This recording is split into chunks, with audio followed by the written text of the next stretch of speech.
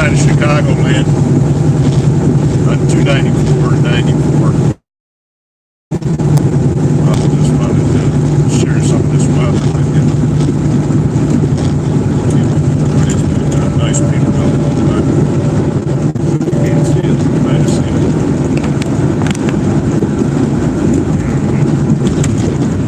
Zip this over here.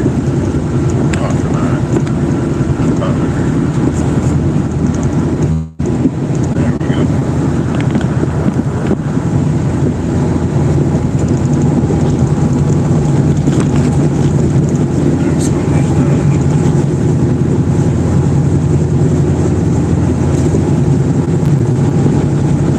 Nothing like going through this area. Whoa, nice, don't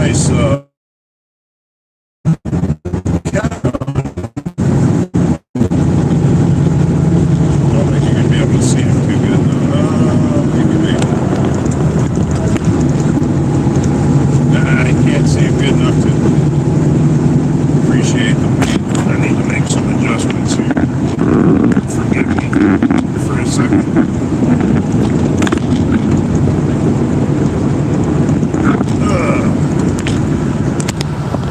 See if I can get this without popping the phone off. There we go.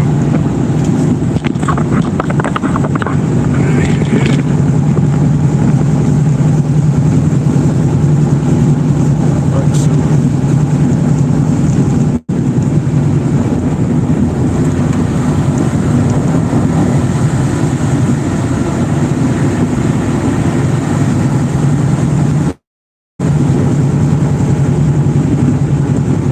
Straighten this out some, maybe I can get back up there.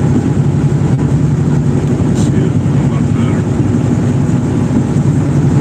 A little snug though with the weather and everything. I don't want to get jammed in there too tight.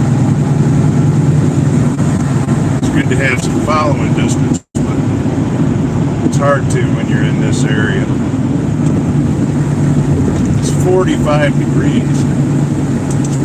If it was cold, we'd have a real mess going on here.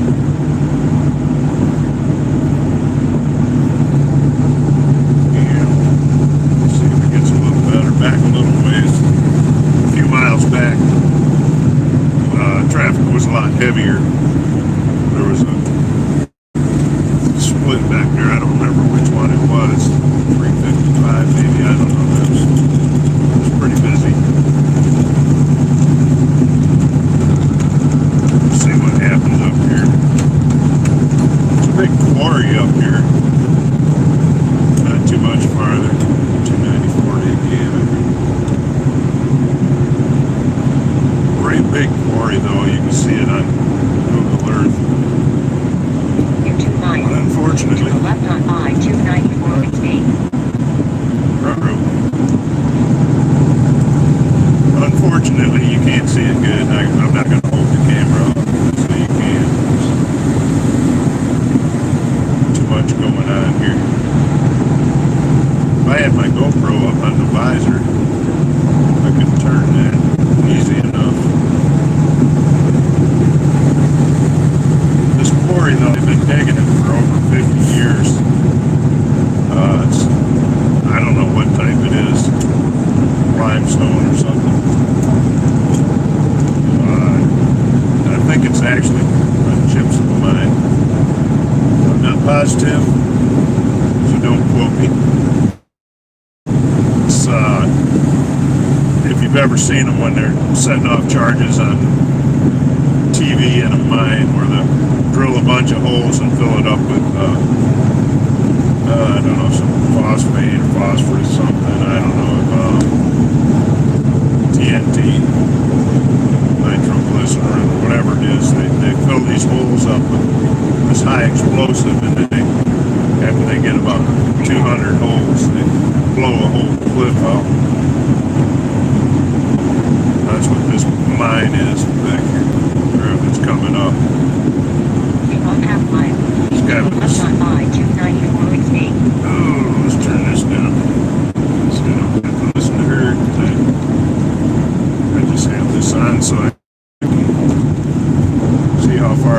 go against the E-logs. This RGN is making me a little nervous. That red trailer beside me with the front end loader on it, that's called RGN, removable gooseneck is what that means. That trailer, the whole front of the trailer comes off and just leaves the flatbed sitting on the ground. And they drive loader out back out of it. You'll see it. But that thing that's hooked to the tractor there is the gooseneck. And if you look, there's a deck that the loader is sitting on. And that gooseneck that's on the trailer on the back of the tractor will unhook and just drop the trailer right on the ground. So you just drive on it and then you back up to it, lift it up off the ground. So they call that RGN. That's where the big money is, but sometimes you gotta sit and wait. Won't get paid quite well to sit and wait. So it depends. Depends on what you're hauling. Sometimes a piece of machinery, somebody might send in a piece of equipment to get some repairs done, and they'll send it out on a truck with, a guy with an RGN owner-operator, and have him go over and deliver it somewhere for repairs, and then they'll just pay him to sit there for a week and bring it back. It'll pay like 8 or 10 grand to go each way.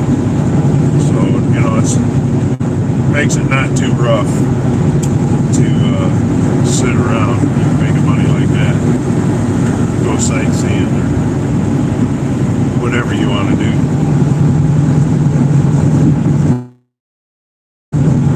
Foggy today. I'm kind of having a hard time getting a bearing, and I don't know necessarily where all the roads are, so I think we're coming up on the quarry though.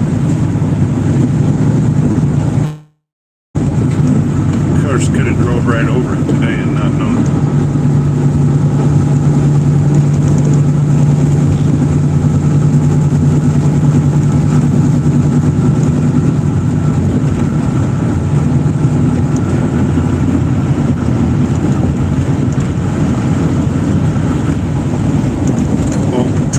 I talked with one of their guys one time, AR, whatever it is, I forget the name of it now. A couple of years ago, though, I talked with one of their drivers at the Mid-America Trucking Show. He was giving me info about the company. Sounded like a pretty good deal, pretty good place to work. I don't know, though.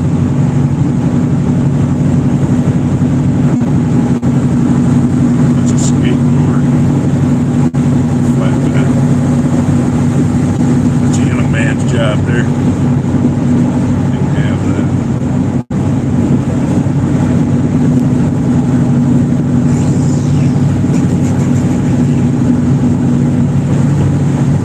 Yeah. I don't know what that is, but I probably wouldn't want to haul it. It's got that frame around that tank, so if there's a wreck, that'll take a pretty good whack. Well, you won't be able to see anything. We're cut into the quarry right now. If it was daylight, you might be able to see that the road drops off on both sides. That's really about all you can see. Anyway, this little section of road right here is like a bridge, and it's built on a wall.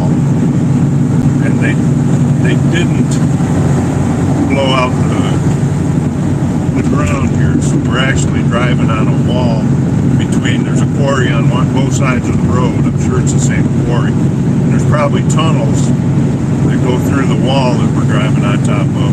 It'd be like, I guess, like driving over Hoover Dam or something like that. But they just didn't blow out the rock under the road. So here we are.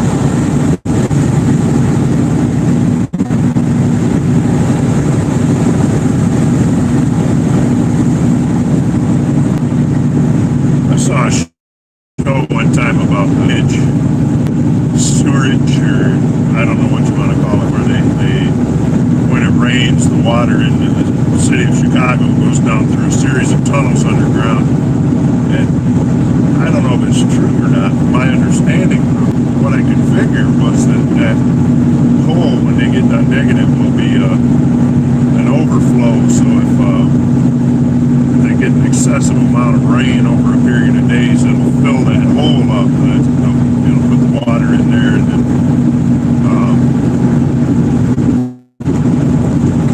pump it out or let it off or whatever they do gradually, so that it doesn't.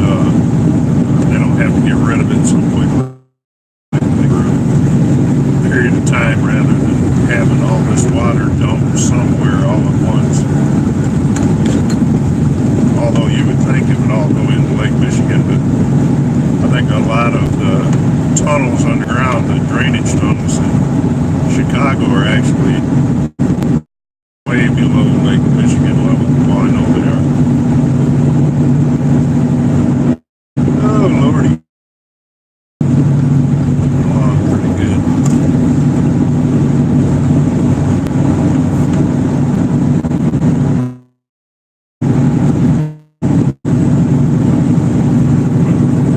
I don't know if that'll show or not, having me man, I'm afraid to say anything. Every time I start a sentence, it cuts out before I can finish. Kind of down between walls, between hills, a little higher up now. While you were gone, or while I was gone, we crossed the line into Indiana. So we're now officially in this is Lake Indiana, Hammond, Indiana. Temperatures 47 degrees. I left this morning up in, where did I stay last night? Menominee, Wisconsin. Just inside Wisconsin from Minnesota. I picked up in Minnesota yesterday. Got a load of castings from a foundry up there.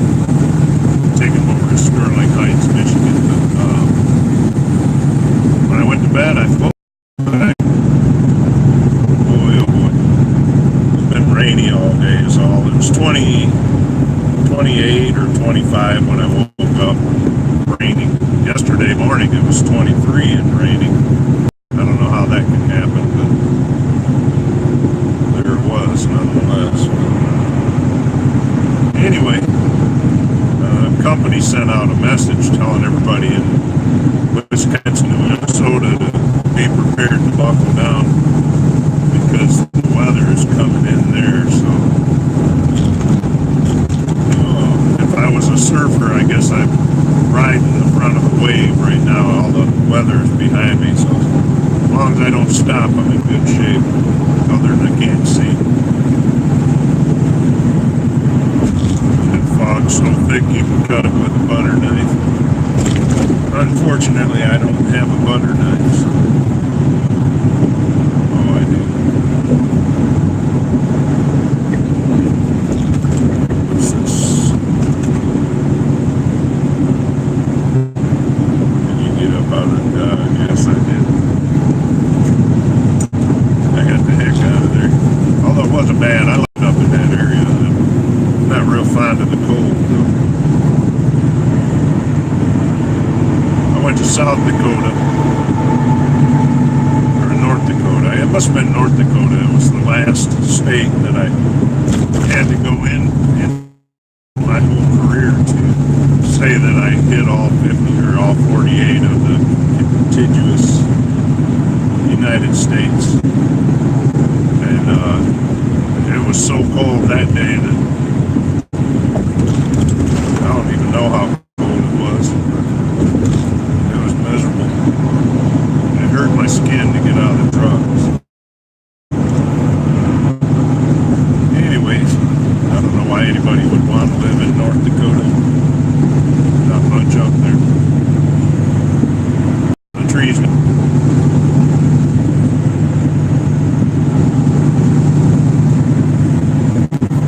I forget what I picked up that day. I went into a place that was processing sugar beets. Got some action up here. processing sugar beets, and they had a hoist. I don't know what you'd call it. They drive the trucks onto this throw a chain over the side of the truck, over the frame, and they tip the truck and the trailer both sideways, right up on their side, and dump the trailer out. And they'd stand it back up, and the guy would get back in and take off again. But I'd be afraid my oil would come out, or fuel, and and something would get upset. Anyway, that's pretty cool. I shot a video of it. It was with an old phone that I had from Boost Mobile. It's almost a BlackBerry. It's a step above a BlackBerry, I guess. I don't know. It was a little junker. It had a keyboard on it. Regular keyboard. Mobile's transport.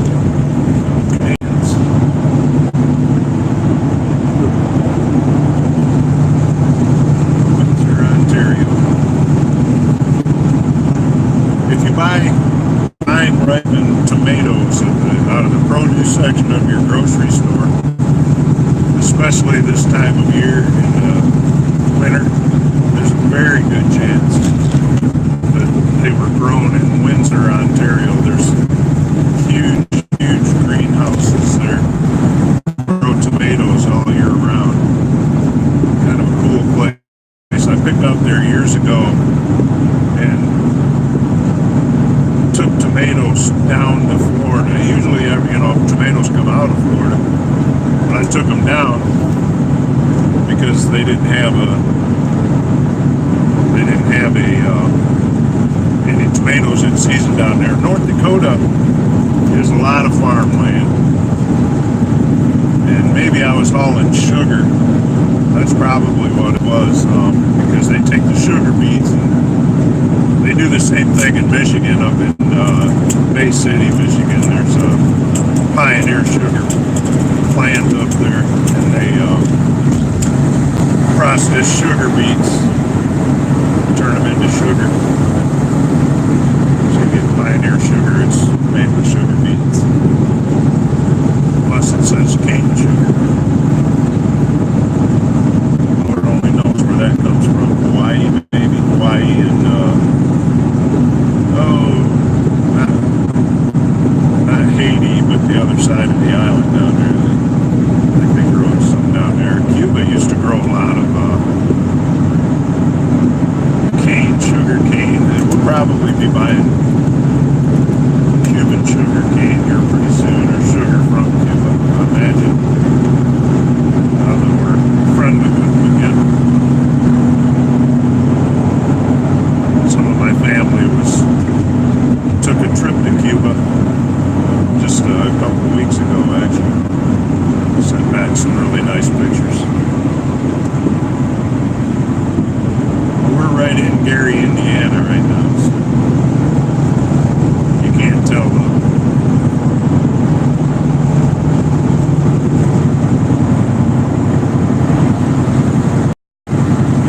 This is just about swampland here off of Lake Michigan. Got cattails on both sides of the road.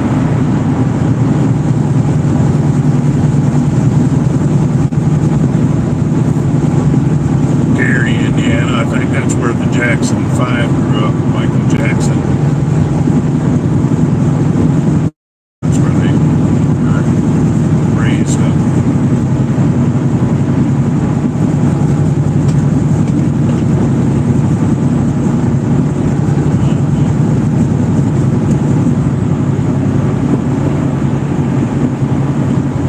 Not much to see here, that's for sure. On Fridays, though, thank goodness it's not Friday at 3 o'clock, because this would be bumper to bumper and we'd be going about 10 miles an hour. Doesn't matter what time of year it is. If it's a holiday, you'd be doing 5 instead of 10. So, depending on which way you're going in the morning, I guess it'd be the other way around, and they'd be heading west. everybody's getting out of Chicago and going to visit their family in Michigan. Pennsylvania.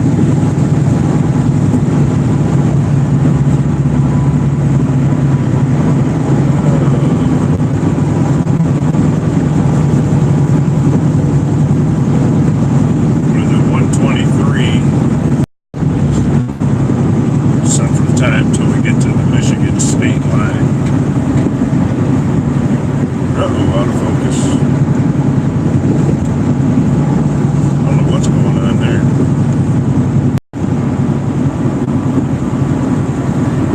Let's try something here. Switch that around.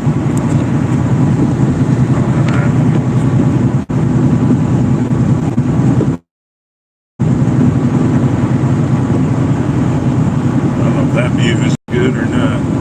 Probably not.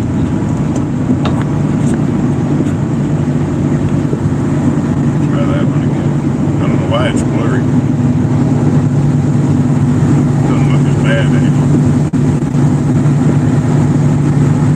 Yeah, maybe it's me. Still fast. It looked okay.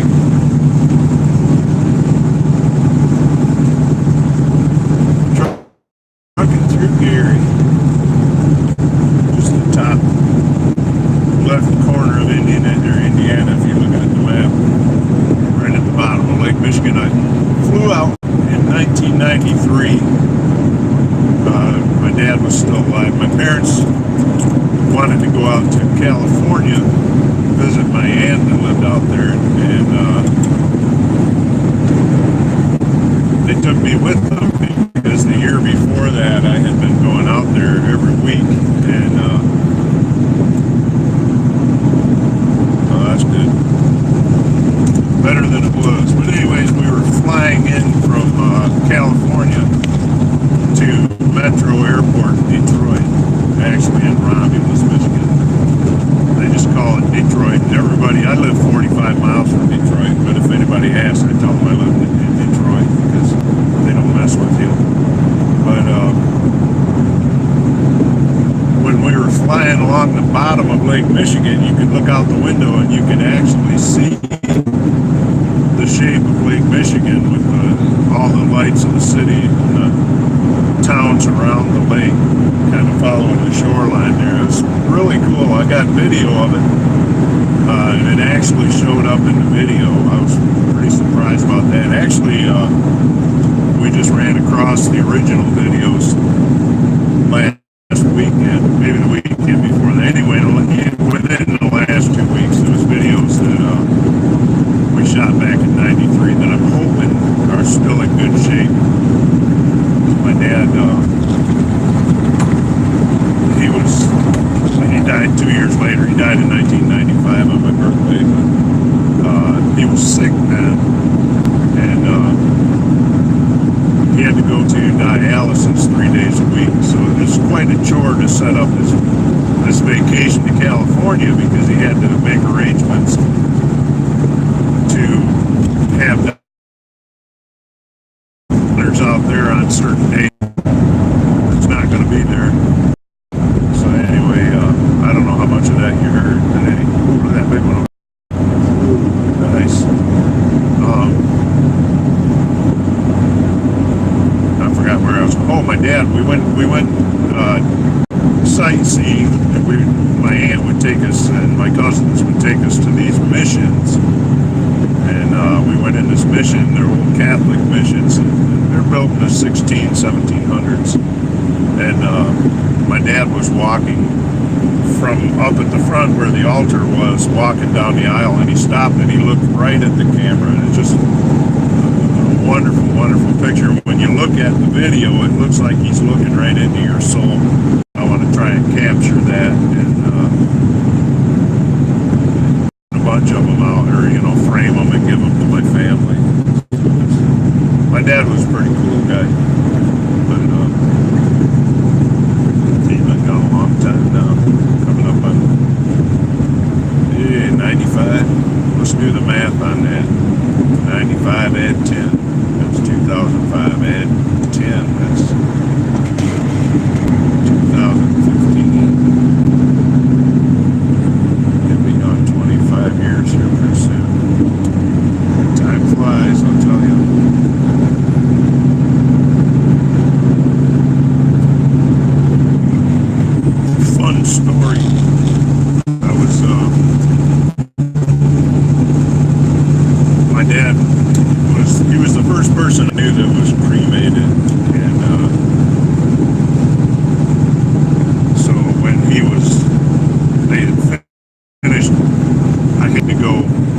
up his urn.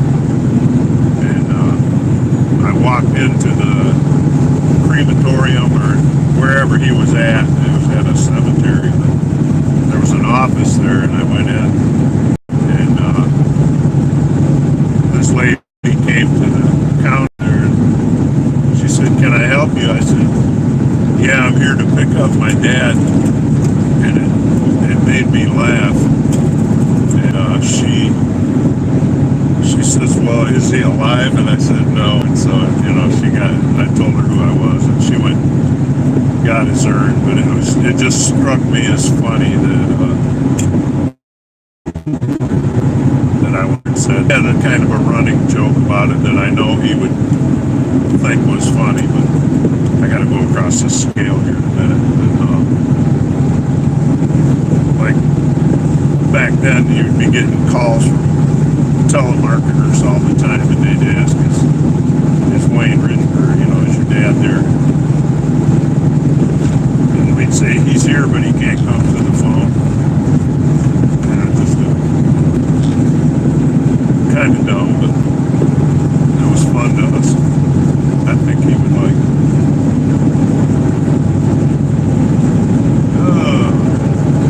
I keep getting a sign on my GPS that says scale at 3 miles. I gotta figure out where I'm at. Because I don't think there's a scale in 3 miles. I don't think my GPS knows where it's at. Honestly.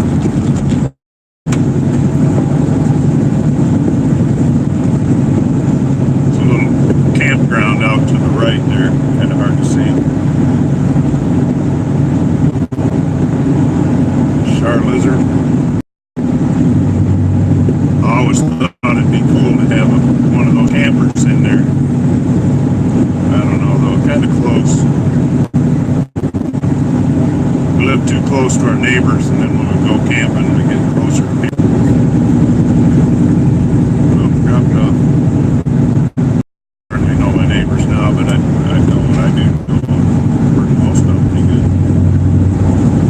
For neighbors, good fences make good neighbors.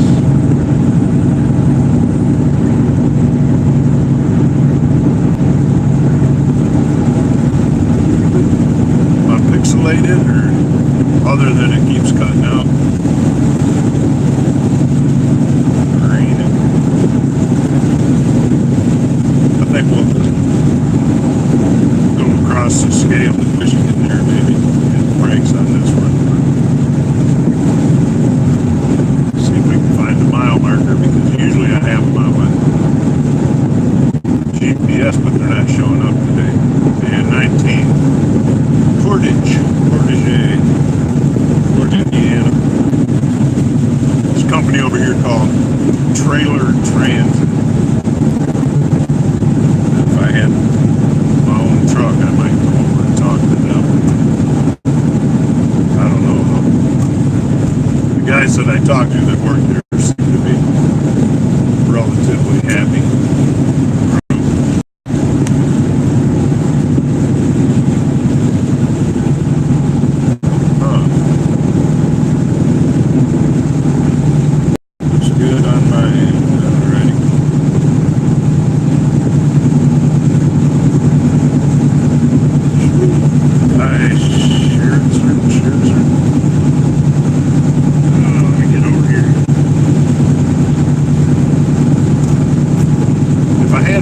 I'm kind of cutting it short. I've got 4 hours and 55 minutes of available drive time. I've got 4 hours and 27 minutes to drive to get to Sterling Heights. So it gives me a half hour. On my 8 hour, I have 5 hours and 30 minutes before I have more than enough time there. I could drive to Sterling Heights without stopping if I had to, but I don't want to do that if I can help it. Whoa, strips. Coming up on a load of lumber. Looks like lumber. There's somebody going slow beside me, so I can't get over.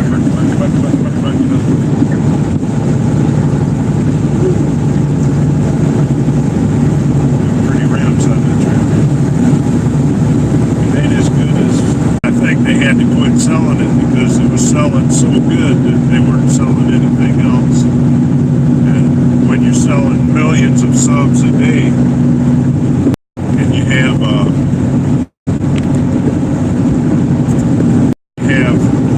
suppliers that are dependent on you buying, like, that they use and stuff. Nobody's buying it.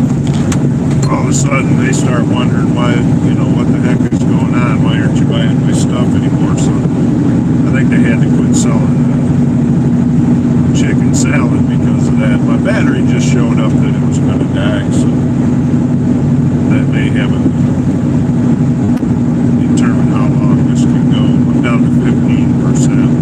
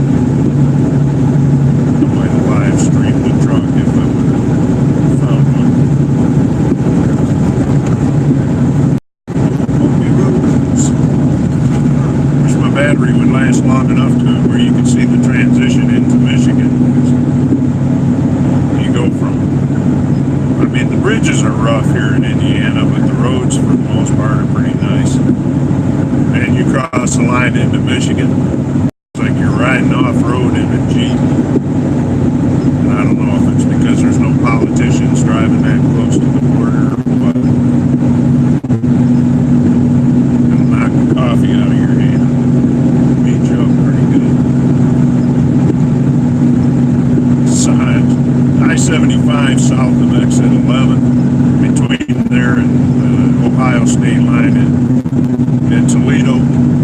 I've had my freezer door, all the stuff in my freezer. Those are some problems there.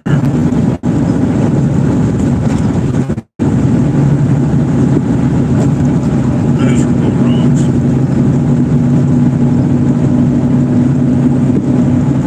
40-minute mark. Big truck broke down there.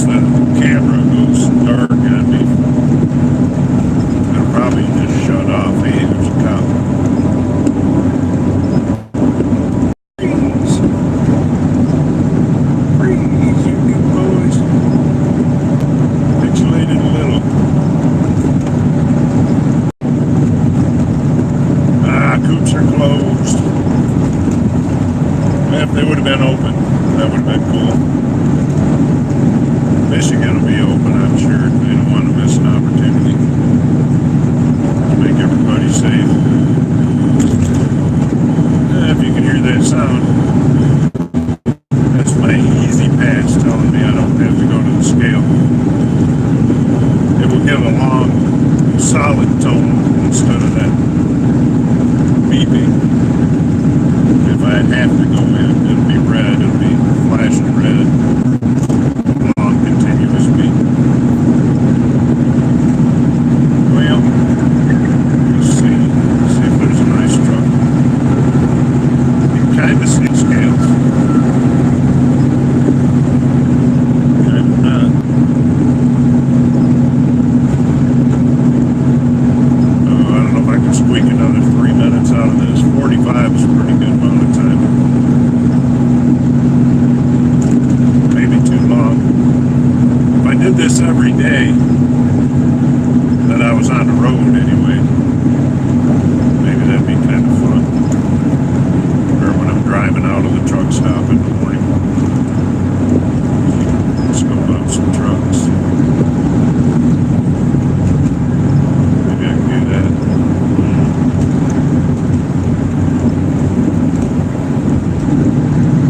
Well, everybody's going slow. I'm scared.